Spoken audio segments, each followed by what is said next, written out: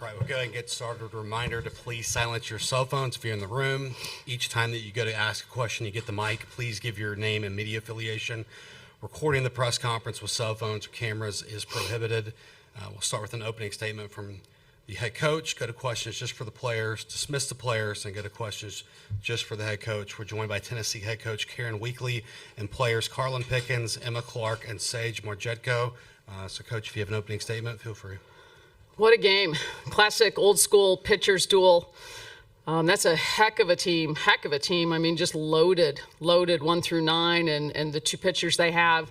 And I'm just so proud of what our team did and these young ladies sitting to my right. I just felt like we rode the waves of momentum really well. It would have been easy when they scored that run late to kind of fall off emotionally, and we didn't do that. And so much of that is because of these three here and the leadership they provide, and so many others on our team and the leadership they provide. And we late in the year we started to do these this mindset journal, and each girl would pick a video and put it in our group chat, and then the team would watch the video and journal on it, and everything had to do with mindset. And one of the ones that I think Amaya Doyle put in there, basically it was when bad stuff happens, to say good, because good, now we get to do something else. Now we get to respond to adversity. And when we came off the field in the 7th inning, that was the word in the circle, good.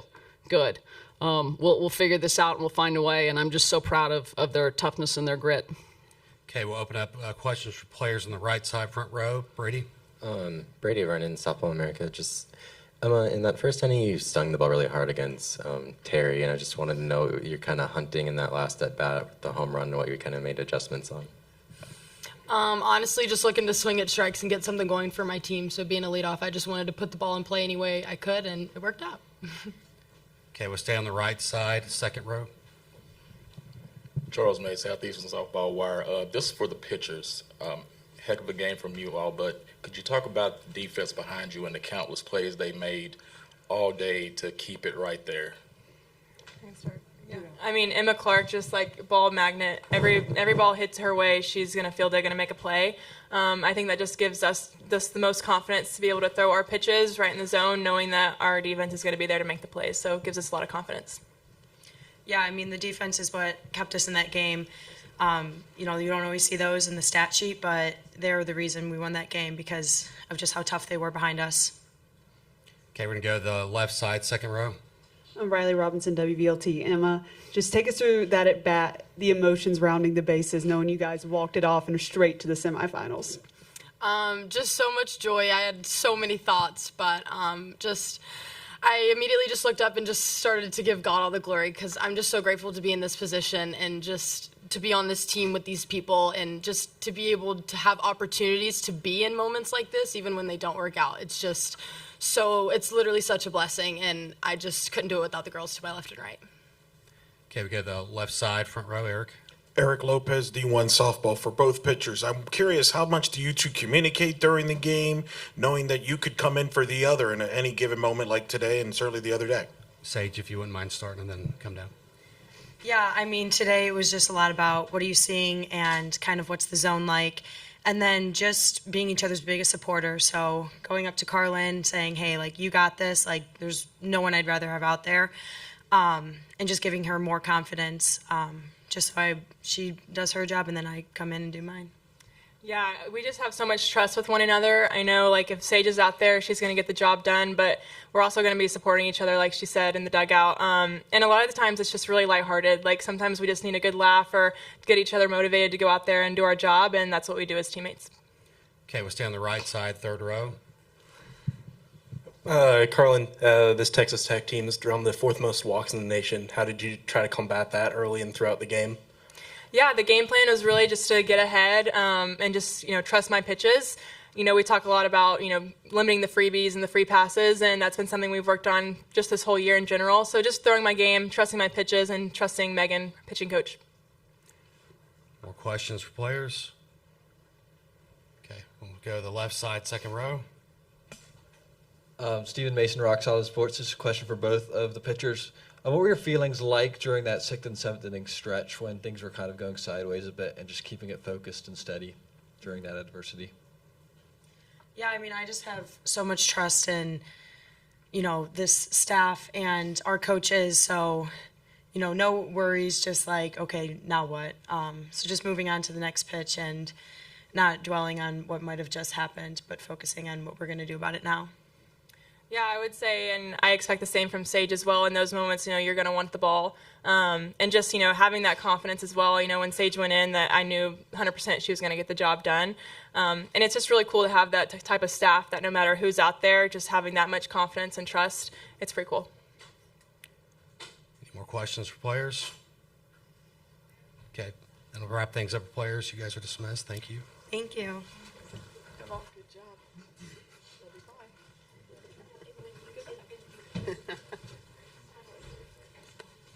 Right. Okay. We'll go to questions for Coach Weekly. We'll start on the right side, front row, with Brady. Brady Vernon, Softball America. Just can you kind of detail what you've seen in Emma's progression as a hitter from last year and also just this postseason that she continues to have? Yeah, when Emma came in as a freshman, she's just such an athlete, and we knew that. She's gotten stronger. You see the benefit of what she's done in the weight room, just how her body's filled out. But she's just a beast. And, I tease her every day because sometimes she'll take a little something off her swing, and I'm like, man, let the beast play. When she gets after it and, releases the barrel with everything, good things tend to happen. And she's just matured so much. But the thing our team loves about Emma is she's our hype person. She is just full energy all the time. And she's everybody's biggest cheerleader. Okay, we'll stay on the right side, front row, with Eric. Eric Lopez, D1 softball coach. We're probably having a different conversation if it wasn't for your defense. The plays they made with Sophie, the throwing out in the 6th inning at home plate, and the catch by Alicia Layfield. Talk about your defense. You made some moves there that paid off, and the work ethic of your defense. I'll put our outfield up against anybody. We saw us flipping people in and out there. Alana and Gabby have better arms than I've seen. And so, you want them on the corners when you get that runner in scoring position.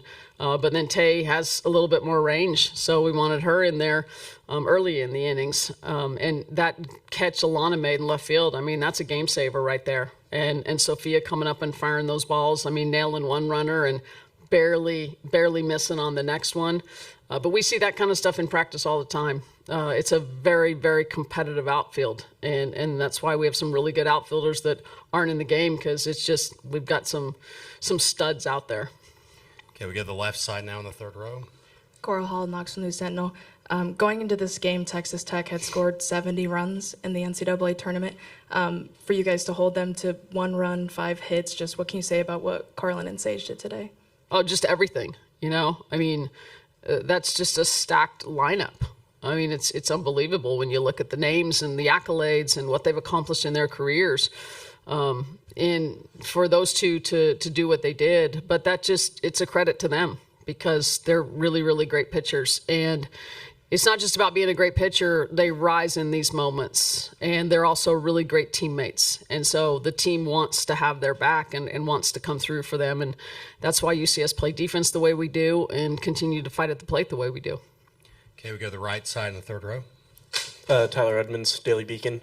Karen, huge game out of Taylor Hawley with that big swing to put you guys up ahead in the 5th. Could you just talk about what you saw from her in that at-bat and what you've seen from her as the year's gone on, too? Yeah, freaking awesome. It's really cool that freshmen have had 2 of our most special moments here so far with Elsa a couple days ago and now Tay. But we knew when we recruited this class, they were really, really special players. And both of them, the thing that's impressive is they came in the fall and it wasn't, I'm going to ease my way in and I'm a freshman. It's like, no, I want to play. I want to be great. They have really, really high goals for themselves. They come off championship teams in high school and travel ball. They expect to be out here and they expect to produce in those big moments. And they don't let things phase them. If they don't come through, the next at bat, they're just right back at it again. Okay, we got the left side front row right here in front of you. Nathan Geese, Lubbock Avalanche Journal. What did you say to Taylor Panel in the handshake line after the game? No, just good game. Like I say to every player, good game. Okay, we'll stay on the left side, go to the third row. Last year, after you guys lost to Texas in the semifinals, you said the key to getting to the championship series is taking care of business, staying in the winner's bracket. You guys are in the semifinals, staying in the winner's bracket. Just how cool is it to watch your team take down the reigning national champion and the runner-up from last year to get there? Yeah, I hadn't really thought about it that way. It's just like you got an opponent in front of you, and they're awesome. They're here. They're really good. Yeah, we haven't stayed in the winner's bracket through 2 games since 2013, and it definitely makes a difference, especially now with the format where there's the days off. Back then, you didn't have as many days off if you kept winning. So it certainly makes a difference, and we will take full advantage of the day tomorrow that we have to get some more rest. But nothing's going to get easier from here on out.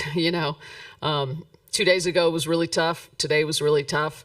It's a national championship for a reason. If you want it, you're going to have to find a way to be the toughest team when those moments come. Okay, we'll stay on the left side of the second row here. I'm Stephen Mason, Rock Solid Sports. And was the plan going in today to keep Pickens in as long as she can? We talked about earlier about how you like splitting the game with 2 pitchers. Were you looking to keep her in through the 7th, or? We hadn't really set an innings, limit on anything. It was more about just evaluating how she was commanding her pitches and utilizing her changeup and whether we were able to command both sides of the plate. Excuse me. And I felt like she was doing a good job of that. We knew we had Sage ready. So yeah, there wasn't any set plan for it. Okay, this will be the last one, right side, second row on the aisle. Coach Charles May, Southeastern Softball Wire.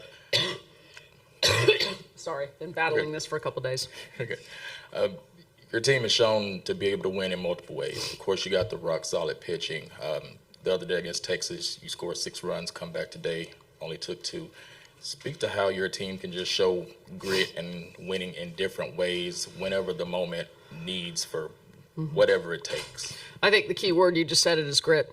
And we have won in different ways all season long, so we don't rely on any one thing. And I think that allows you to stay emotionally calm and stable and not be going up and down with how the game's playing out. And that was the thing I was most impressed with us today.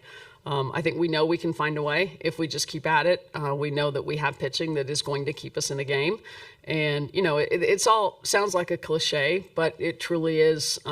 They have each other's back, and there's 22 girls who are all fighting for the same thing. Maddie Rutan got some of the biggest, we call them bouquets, in our locker room just now for being the great teammate she's been, even though she got taken out of the lineup just a couple weeks ago, and how she's right on the fence and pouring energy into people and hyping them up. And, it's those little things that don't show up in a stat sheet, but those are the things that allow you to win games when it's crunch time like it is here. Okay, that'll wrap things up for Tennessee. Thank you. Thank you.